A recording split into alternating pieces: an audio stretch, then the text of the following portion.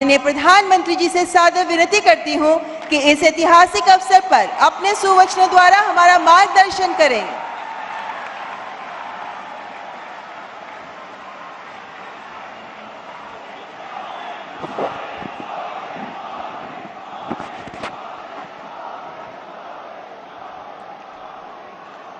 हर हर महादेव।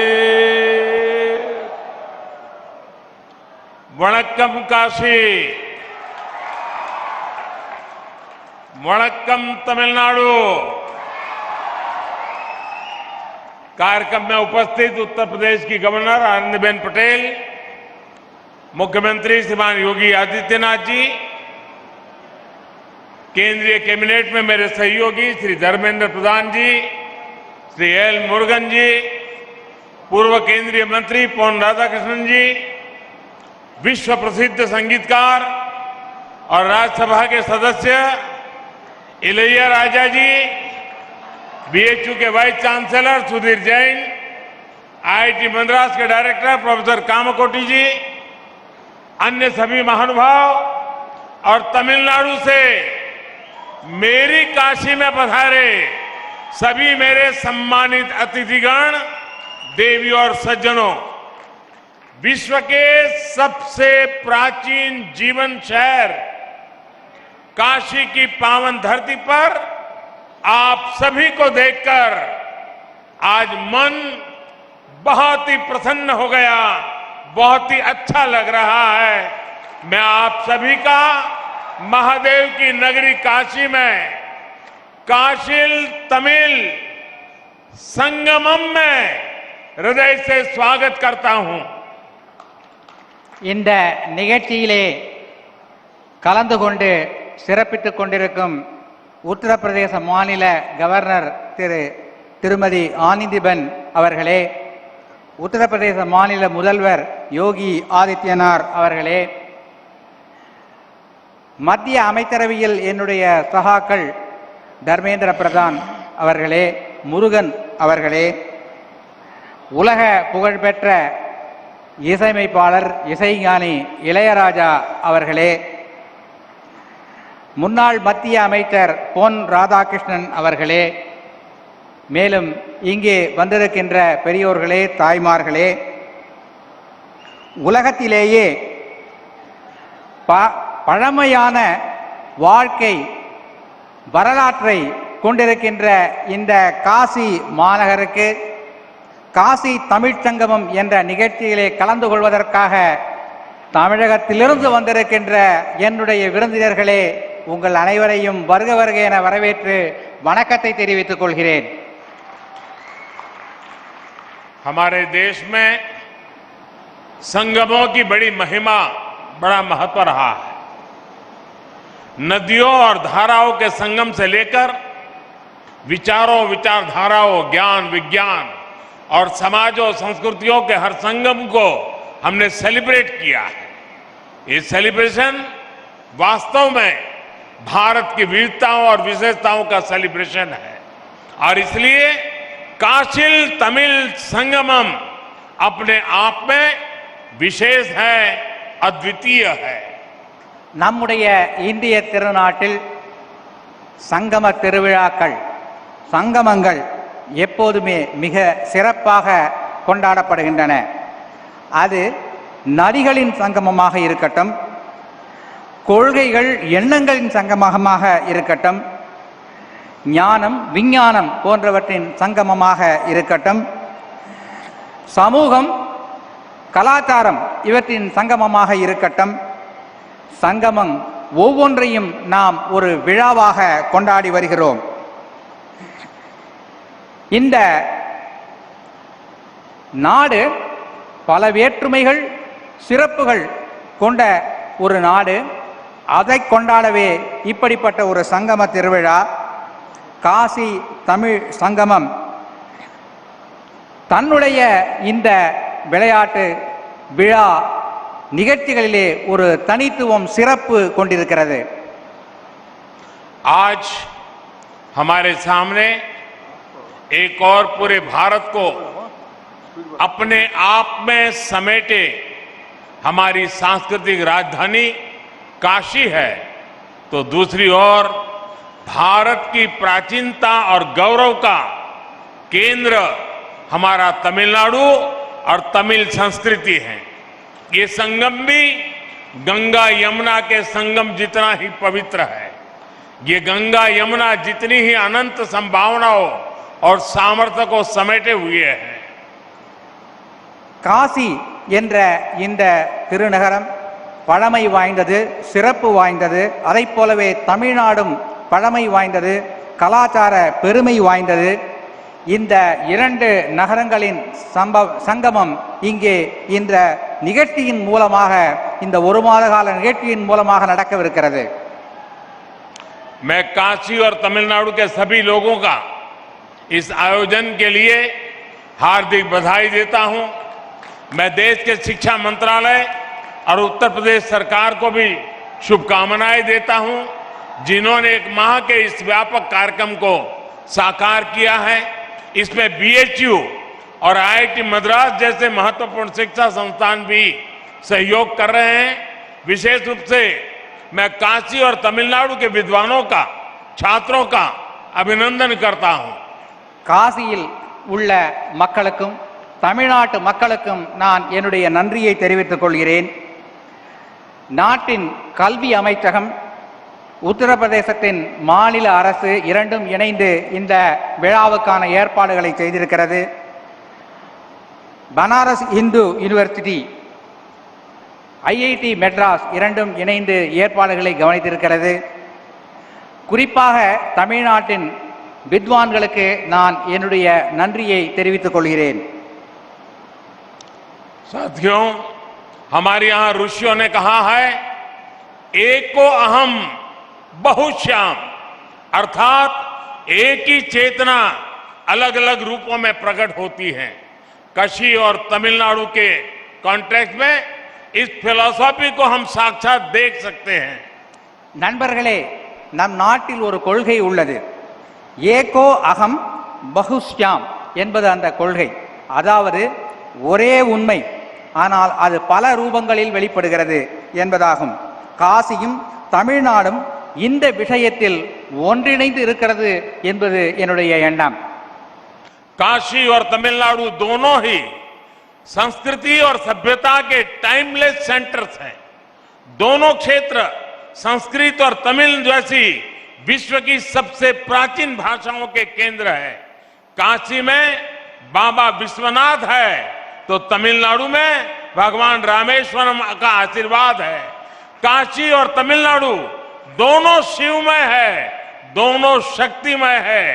एक स्वयं में काशी है, तो तमिलनाडु में दक्षिण काशी है। काशी कांची के रूप में दोनों की सप्तपुरियों में अपनी महत्ता है। காசியும் தமிழ்நாடும் இரண்டுமே தன்னுடைய கலாச்சாரத்தில் சிறந்து விளங்குகிறது. இரண்டு இடங்களும் வடமொழி சம்ஸ்கிருதம், தமிழ் இரண்டு மொழிகளிலும் சிறந்து விளங்குகிறது. காசியினுடைய பாபா விஸ்வநாத்தும் ராமேஸ்வரத்தினுடைய ராமேஸ்வரரும் பெருமை சேர்க்கிறார்கள். காசி தமிழ்நாடு இரண்டும் சிவமயமானது, சக்திமயமானது.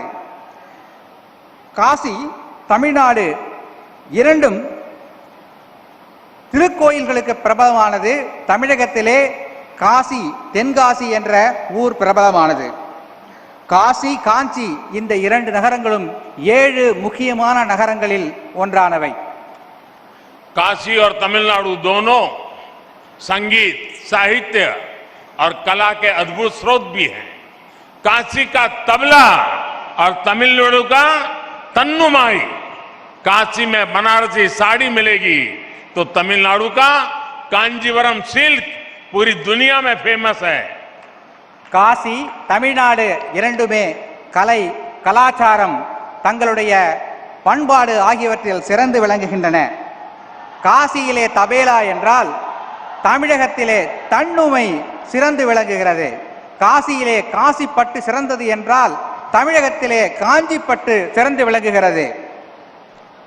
दोनों भारतीय अध्यात्म के सबसे महान आचार्यों की जन्मभूमि और कर्मभूमि है। काशी भक्त तुलसी की धरती तो तमिलनाडु संत तिरुवल्लुवर की भक्ति भूमि। आप जीवन के हर क्षेत्र में, लाइफ के हर डायमेंशन में काशी और तमिलनाडु के अलग अलग रंगों में इस एक जैसी ऊर्जा के दर्शन कर सकते हैं। காஞ்சியும் தமிழ்நாடும் பல்வேறு தலைவர்கள் யுக புருஷர்களின் ஜென்மபூமி. காசியிலே துளசிதாசர் பிறந்தார் என்றால் தமிழகத்திலே திருவள்ளுவர் பிறந்து தமிழின் பெருமையை வளப்படுத்தி இருக்கிறார். உங்களுடைய வாழ்க்கையில் பல்வேறு வகையான தத்துவங்களை இந்த காசியும் தமிழ்நாடும் அளிக்க வல்லது என்பதை நான் சொல்ல விரும்புகிறேன். आज भी तमिल विवाह परंपरा में काशी यात्रा का जिक्र होता है, यानी तमिल युवाओं के जीवन की नई यात्रा से काशी यात्रा को जोड़ा जाता है। ये है तमिल दिलों में काशी के लिए अविनाशी प्रेम, जो न अतीत में कभी मिटा न भविष्य में कभी मिटेगा। यही एक भारत श्रेष्ठ भारत की वो परंपरा है जिसे हमारे पूर्वजों ने जिया था, और आज ये काशी तमिल संगमम फिर से उसके गौरव को आगे बढ़ा रहा है। தமிழகத்தின் திருமணங்களிலே காசி யாத்திரை என்று ஒரு நிகழ்ச்சி உண்டு. தன்னுடைய வாழ்க்கையின் ஒரு புதிய அத்தியாயத்தை தொடங்கும் முன்னர் திருமணத்தின் மணமகன் காசி யாத்திரை செல்வதாக அங்கே ஒரு வழக்கம் உண்டு. இவ்வாறு காசிக்கும் தமிழ்நாட்டிற்கும் இடையே ஒரு நீண்ட பந்தம் நெடுங்காலமாக இருந்து வருகிறது. साथियों, काशी के निर्माण में, काशी के विकास में भी तमिलनाडु ने अभूतपूर्व योगदान दिया है। तमिलनाडु में जन्मे डॉक्टर सर्वपल्ली राधाकृष्णन बीएचयू के पूर्व कुलपति थे। उनके योगदान को आज भी बीएचयू याद करता है। श्री राजेश्वर शास्त्री जैसे तमिल मूल के प्रसिद्ध वैदिक विद्वान काशी में रहे। उन्होंने रामघाट पर सांगवेद विद्यालय की स्थापना की। ऐसे ही पट्टाभिराम शास्त्री जी, जो कि हनुमान घाट में रहते थे, उन्हें भी काशी के लोग याद करते हैं। காசியை நிர்மாணித்ததில் காசியின் வளர்ச்சியில் தமிழர்களின் பங்கு பல உள்ளது. எடுத்துக்காட்டாக சர்வப்பள்ளி ராதாகிருஷ்ணன் அவர்கள் பனாரஸ் இந்து யூனிவர்சிட்டியின் வளர்ச்சிக்கு பெரும் பங்காற்றியுள்ளார். இதனை இன்றும் பனாரஸ் இந்து யூனிவர்சிட்டி நினைத்து பார்க்கிறது. இவர் மட்டுமல்ல, ராஜேஸ்வர் சாஸ்திரி என்பவர் ராம்காட் பகுதியில் ஒரு சாமவேத பாடசாலை நிறுவி இங்கே வேதம் வளர துணை புரிந்திருக்கிறார். மேலும் பட்டாபிராம் சாஸ்திரி என்பவர் ஹனுமான்காட் பகுதியில் வாழ்ந்து அங்கே ஒரு திருக்கோவிலையும் நிர்மாணித்திருக்கிறார். आप काशी भ्रमण करेंगे तो देखेंगे कि हरिश्चंद्र घाट पर काशी काम कोटीश्वर पंचायतन मंदिर है, जो कि एक तमिलियन मंदिर है।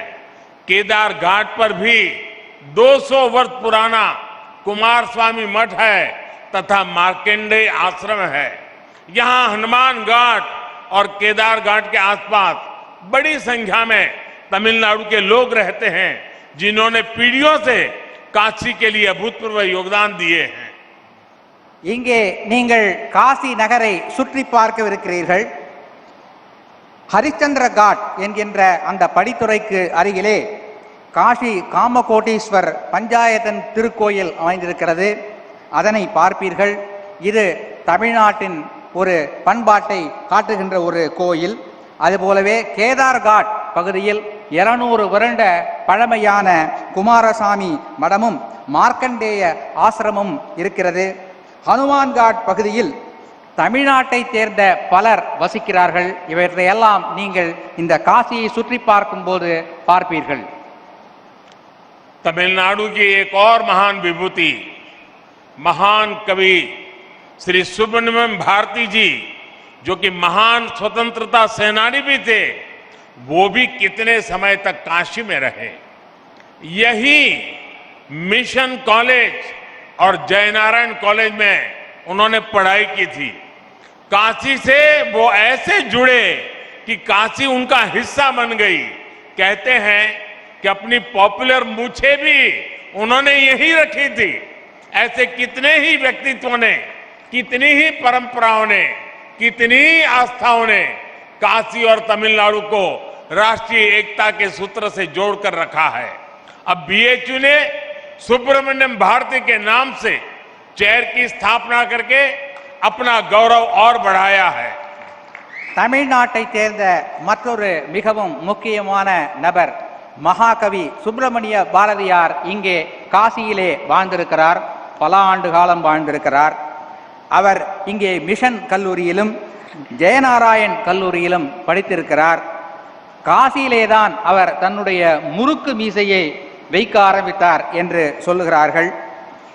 நம்முடைய பனாரஸ் இந்து யூனிவர்சிட்டி பாரதியார் இருக்கை என்ற ஒரு இருக்கையை ஏற்படுத்தி பாரதியாரையும் தமிழையும் சிறப்பிக்கவிருக்கிறது. साथियों, काशी तमिल संगमम का ये आयोजन तब हो रहा है जब भारत ने अपनी आजादी के अमृत काल में प्रवेश किया है। अमृत काल में हमारे संकल्प पूरे देश की एकता और एकजुट प्रयासों से पूरे होंगे। भारत वो राष्ट्र है जिसने हजारों वर्षों से संभो मना